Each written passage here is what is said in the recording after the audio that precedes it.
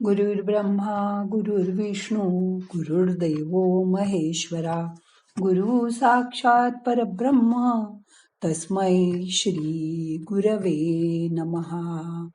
आज ध्यानात काही जुन्या आठवणी सांगणार आहे. मग करूया ध्यान. ताठ बसा, पाठ, मान, खांदे सैल करा. हाताची ध्यान मुद्रा करा. हात मांडीवर ठेवा.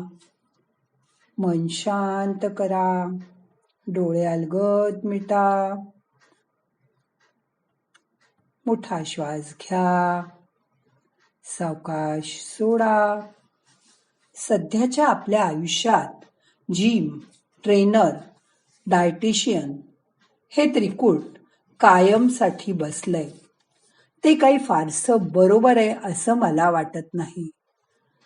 बघा, आपण लहान असताना किती गोष्टी ऍडजस्ट करायचो. मी एकदा लहान असताना घरात कारल्याची भाजी वाढली.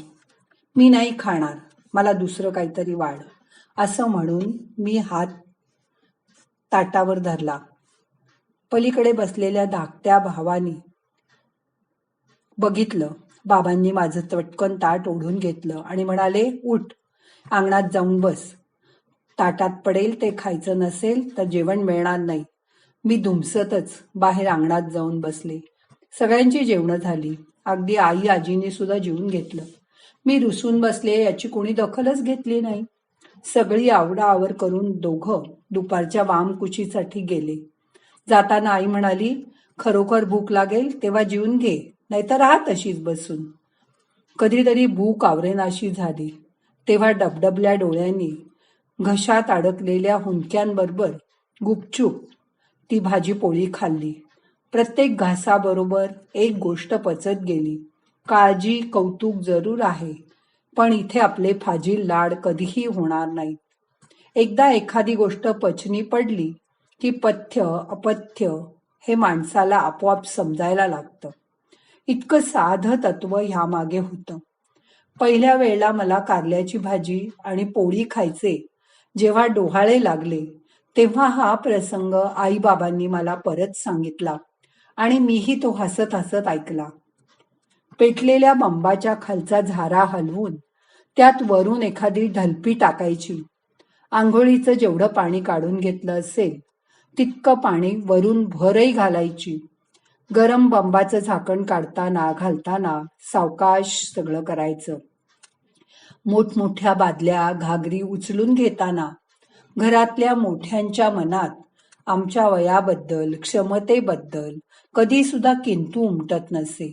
म्हणजे आमची काळजी नव्हती असं नाही, पण स्वतःची जबाबदारी समजण्याचं भान आपल्याला यायला हवं, हे त्यातून आपसूक मिळत गेलेलं शिकवणीसारखं मनात रुजत जाणारं सत्य होतं. मोठ्या भावंडांपैकी एकाने कोणीतरी जबाबदारी घेऊन सगळ्यांना आपल्याबरोबर शाळेत नेणं, शाळेतले पीटीचे तास नियमित अटेंड करणं, याचं कधीच कोणाला काही अप्रूप वाटलं नाही.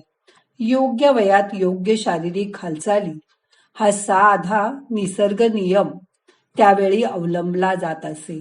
झाल्या तिन्ही सांजा असं दर रविवारी आपली आवड या कार्यक्रमात लागलेलं गाणं मी दिवसभर येता जाता गुणगुणत होते. त्यावेळी काय अर्थ समजण्याचं वय नव्हतं, पण बाबांच्या ते लक्षात आलं. त्यांनी जवळ बोलवलं आणि मला म्हणाले, मारुती स्तोत्र म्हणून दाखव. सुरुवात तर दमदार केली, पण मध्येच गाडी अडकली. तसं हात धरून ते देव्हाऱ्याजवळ मला घेऊन गेले. आजीची पूजा झालेली होती, उदबत्ती लावलेली होती. त्यांनी सरळ ती माझ्या हातावर टेकवली. आपलं काय चुकलं हे क्षणात लक्षात आलं. मी परत नाही म्हणणार बाबा सिनेमातली गाणी. मारुती स्तोत्र म्हणीन, परवचा नीट पाठ करीन. मीच माझ्या मनाने कबुली दिली आणि हात चोळत बाहेर अंगणात जाऊन बसले. त्या शिक्षेची ना आईने दखल घेतली ना आजीने. तो छोटासा चुटका, चूक ही चूकच असते हे शिकवून गेला. ती आड अंगाने सुचवायची गोष्ट पालकांनी आमच्या पिढीपर्यंत बरोबर नेली.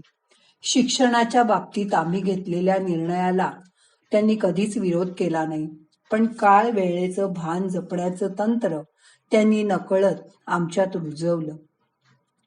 वाचनाचं वेळ वाढत गेलं तसं आईनी 2-3 लेखकांची पुस्तकं वाचू नको असं एकदा बजावलं. आजही लायब्ररीचं भांडार समोर असून, वयाचे सारे निर्बंध आता संपलेले असून, कुतूहल म्हणून सुद्धा काही पुस्तकं हातात घ्यावीशी वाटत नाहीत. आज डायटेशियन, जिम, ट्रेनर, काउन्सिलर ही सगळी आपल्या जगण्याचा अविभाज्य भाग झाली आहेत. तेव्हा प्रसंगानुरूप मागच्या पिढ्यांनी योग्य वेळी केलेली कान उघाडणी डोळ्यासमोर लख्खपणे उमटून जाते. पालकात दडलेलं हे त्रिकूट सदैव जागरूक असायचं. म्हणून आमची पिढी बऱ्यापैकी तरली. उठसूट डिप्रेशन, आपल्याला पचेल असा योग्य आहाराचं नियोजन आणि कार्यशक्तीला आवश्यक तितकी शारीरिक हालचाल हे आम्हाला सहज शिकवलं गेलं. त्यावर स्वतःचं नियंत्रणही राहिलं. वयानुरूप वैद्यकीय मदत घेणं भागच पडतं.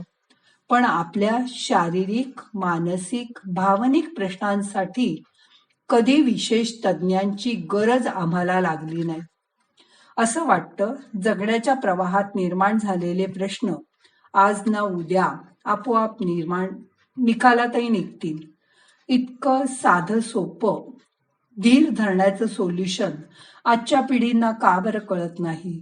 उठसूट जिम मध्ये जा, ट्रेनरकडचं शिक, डायटिशियनकडे जा, सारखं काउन्सिलरचं काउन्सिलिंग घे. हे या कुठल्या तरी नात्याच्या रूपात लपलेलं असायचं.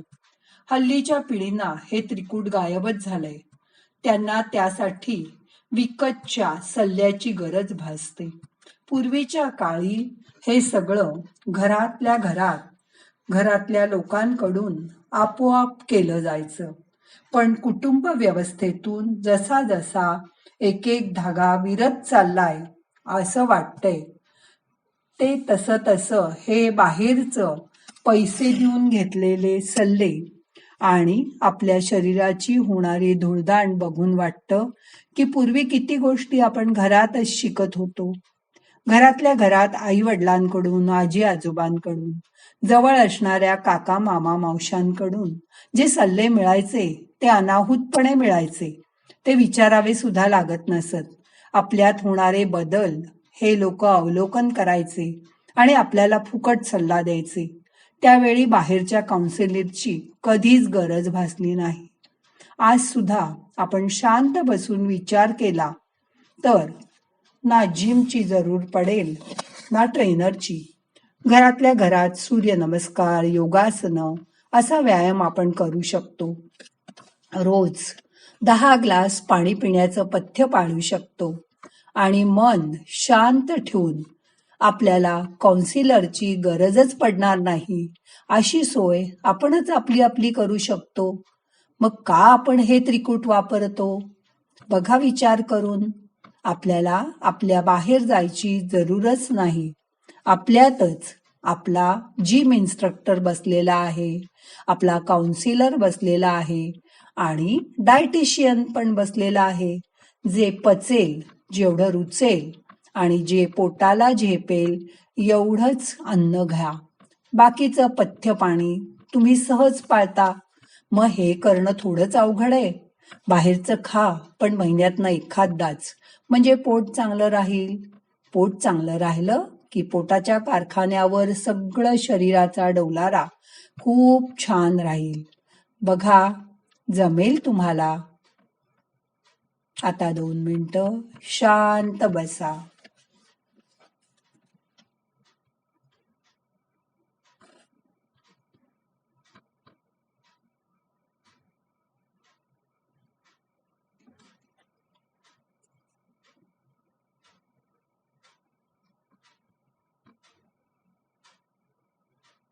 आता मन शांत झालंय. आता आजचं ध्यान संपवायचंय. प्रार्थना म्हणूया. नाहम करता हरि करता, हरि करता हि केवलम. ओम शांती शांती शांती.